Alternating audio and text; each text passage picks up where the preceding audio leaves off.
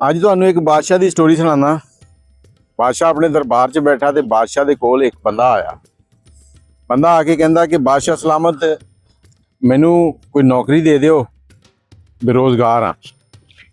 ਬਾਦਸ਼ਾਹ ਨੇ ਕਿਹਾ ਠੀਕ ਹੋ ਗਿਆ, ਤੈਨੂੰ ਨੌਕਰੀ ਦੇ ਦਿੰਦੇ, ਪਰ ਤੂੰ ਕਰ ਕੀ ਲੈਣਾ। ਉਹ ਬੰਦਾ ਕਹਿੰਦਾ ਜੀ ਬਾਦਸ਼ਾਹ ਸਲਾਮਤ, ਮੈਂ ਸਿਆਸੀ ਬੰਦਾ।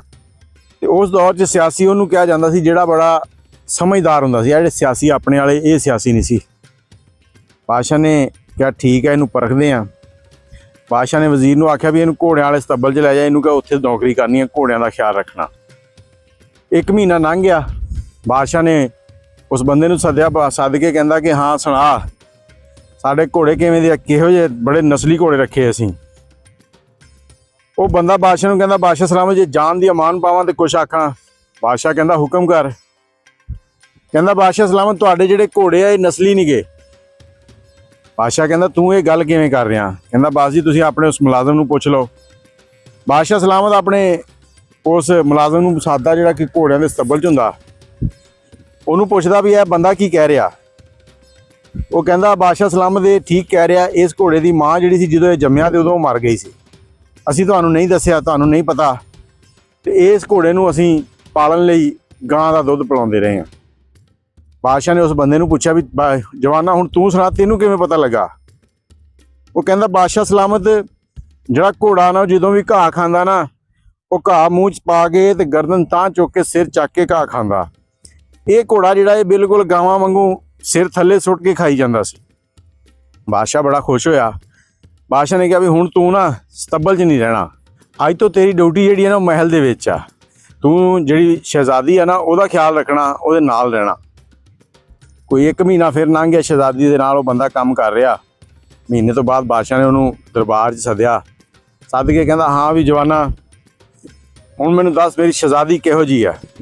ਉਹ ਫਿਰ ਕਹਿੰਦਾ ਬਾਦਸ਼ਾਹ ਸਲਾਮਤ, ਜੇ ਜਾਨ ਦੀ ਅਮਾਨ ਪਾਵਾਂ ਤੇ ਕੁਛ ਅਰਜ਼ ਕਰਾਂ, ਪਰ ਜਾਨ ਦੀ ਅਮਾਨ ਚਾਹੀਦੀ ਹੈ। ਬਾਦਸ਼ਾਹ ਕਹਿੰਦਾ ਵੀ ਹਾਂਜੀ ਜਾਨ ਦੀ ਅਮਾਨ ਮਿਲੇਗੀ। ਅੱਛਾ, ਪਹਿਲੇ ਵਾਰੀ ਜਦੋਂ ਬਾਦਸ਼ਾਹ ਉਹ ਕੋ ਖੁਸ਼ ਹੋਇਆ ਸੀ ਘੋੜਿਆਂ ਵਾਲੇ ਰੌਲੇ ਤੋਂ, ਬਾਦਸ਼ਾਹ ਨੇ ਉਹਦੇ ਘਰ ਬੜਾ ਅਨਾਜ ਤੇ ਖਾਣਾ ਪੀਣਾ ਇਸ ਤਰ੍ਹਾਂ ਦੀਆਂ ਚੀਜ਼ਾਂ ਭੇਜਦੀਆਂ ਸੀ। ਉਹ ਬਾਦਸ਼ਾਹ ਕਹਿੰਦਾ ਹਾਂਜੀ ਜਾਨ ਦੀ ਅਮਾਨ ਹੈ। ਉਹ ਕਹਿੰਦਾ ਤੁਹਾਡੀ ਜਿਹੜੀ ਸ਼ਹਿਜ਼ਾਦੀ ਉਹ ਹੈ ਤੇ ਸ਼ਹਿਜ਼ਾਦੀ ਆ, ਲੇਕਿਨ ਉਹ ਸ਼ਹਿਜ਼ਾਦੀ ਨਹੀਂ ਗੀ। ਬਾਦਸ਼ਾਹ ਪਰੇਸ਼ਾਨ ਕਿ ਇਹ ਕਹਿ ਕੀ ਰਿਹਾ। ਬਾਦਸ਼ਾਹ ਕਹਿੰਦਾ ਜੇ ਤੇਰੀ ਗੱਲ ਝੂਠ ਹੋਈ ਤੇ ਤੇਰਾ ਸਿਰ ਲਾ ਦਿਆਂਗਾ।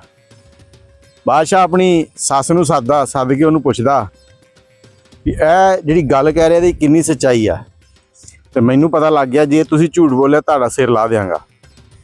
ਬਾਦਸ਼ਾਹ ਦੀ ਸੱਸ ਕਹਿੰਦੀ ਵੀ ਇਹ ਬੰਦਾ ਠੀਕ ਕਹਿ ਰਿਹਾ, ਸਾਡੀ ਜਿਹੜੀ ਬੇਟੀ ਸੀ ਨਾ ਉਹ ਪੈਦਾ ਜਦੋਂ ਹੋਈ ਸੀ ਤੇ ਉਹ ਮਰ ਗਈ ਸੀ ਥੋੜ੍ਹੇ ਅਰਸੇ ਬਾਅਦ। ਅਸੀਂ ਤੇਰੇ ਨਾਲ ਵਾਅਦਾ ਕਰ ਲਿਆ ਸੀਗਾ ਤੇਰੇ ਅੱਬੇ ਨਾਲ ਕਿ ਉਹਦੀ ਸ਼ਾਦੀ ਤੇਰੇ ਨਾਲ ਹੋਣੀ ਆ, ਤੇਰੇ ਨਾਲ ਤਲਕ ਰੱਖਣੇ ਸੀਗੇ।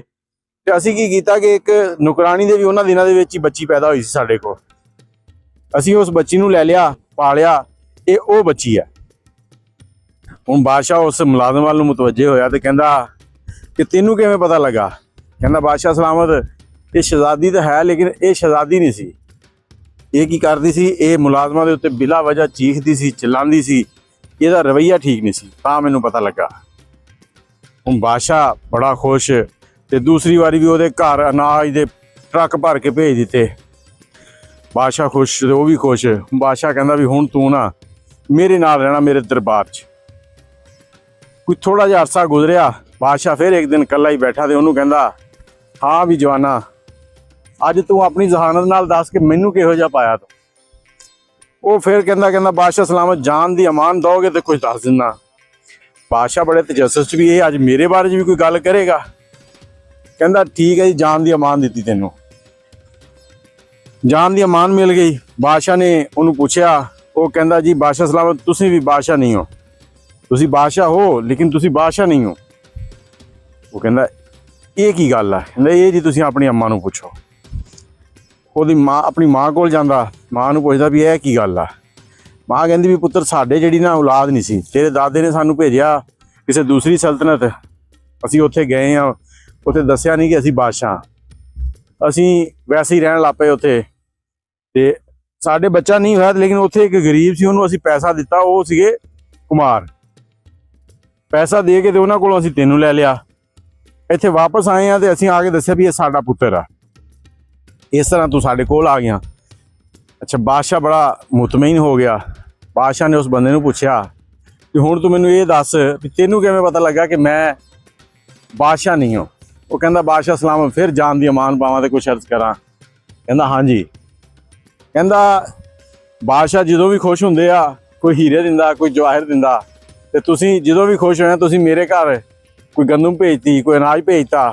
ਤੁਹਾਡੀਆਂ ਹਰਕਤਾਂ ਇਹੋ ਜਿਹੀਆਂ ਸੀਗੀਆਂ ਕਿ ਜਿੱਥੋਂ ਲੱਗਾ ਕਿ ਤੁਸੀਂ ਬਾਦਸ਼ਾਹ ਨਹੀਂ ਹੋ। ਤੇ ਇਹ ਸਾਰੀ ਗੱਲ ਸੁਣਾਉਣ ਦਾ ਮਕਸਦ ਇਹ ਆ ਕਿ ਇਨਸਾਨ ਦੀਆਂ ਜਿਹੜੀਆਂ ਆਦਤਾਂ, ਇਨਸਾਨ ਦੀਆਂ ਜਿਹੜੀਆਂ ਹਰਕਤਾਂ, ਉਹ ਦੁਨੀਆ 'ਚ ਹਰ ਸ਼ੈ ਦੱਸਦੀਆਂ ਕਿ ਉਹ ਕਿਸ ਨਸਲ ਨਾਲ ਵਸਦਾ ਆ, ਕੀ ਉਹਦੇ ਮਾਮਲਾਤ ਹੈ।